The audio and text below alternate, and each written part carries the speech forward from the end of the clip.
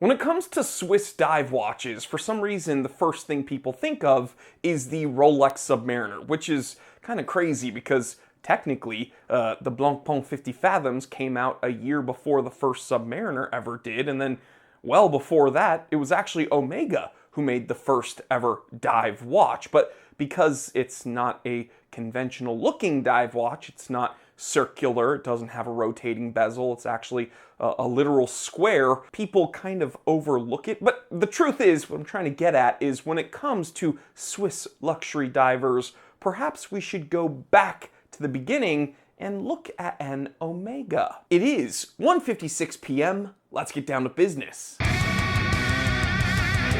So we've gone over those kind of original Omega Marine watches, but we are talking about perhaps one of the most well-known watches from Omega's catalog, which is the Seamaster Diver 300, and this watch may as well come with a license to kill because, after all, James Bond did wear one of these watches. Now, this is a 2025 iteration. I am hands-on with one with the shark mesh bracelet. This is a perfect cross-section when it comes to durability, toughness, but also some kind of elegance and sophistication. Shark mesh, some people love it, some people hate it. No one's really on the fence about it, but what I will say is this one is incredibly comfortable and it's not a hair puller, so that's a big plus if you are, you know, a Sasquatch like myself. You can see very, very hairy. Now this one's got a 42mm stainless steel case. It has Omega's signature twisted lugs, so you're getting kind of that dual finishing, very, very interesting. It's not very blocky. One thing that I really love about the Seamaster over other kind of more conventional dive watches is this is very sleek and smooth.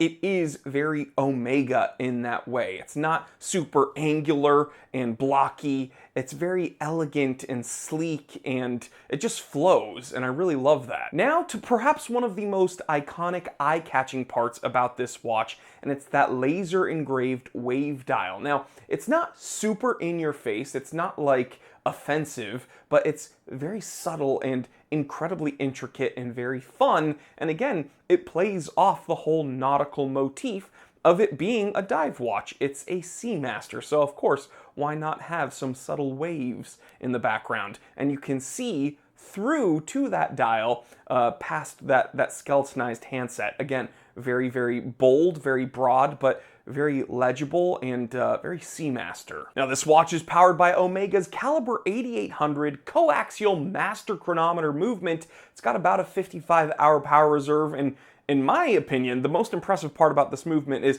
aside from the supreme accuracy and the overbuilt specifications, is that it is rated at 15,000 Gauss, which is 15 times more than the Rolex Milgauss. So on paper, this kicks the crap out of that Rolex, which is insane because that Rolex was designed to mitigate magnetism. But this watch, which was designed to be in the water, is much better at it.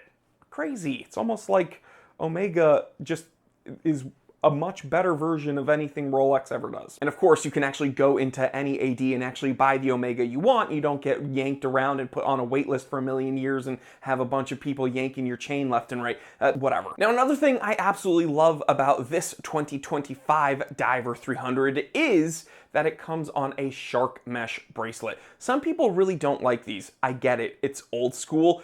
There is space between the lugs, so you don't have an end link there to kind of put the bracelet snug up against the case.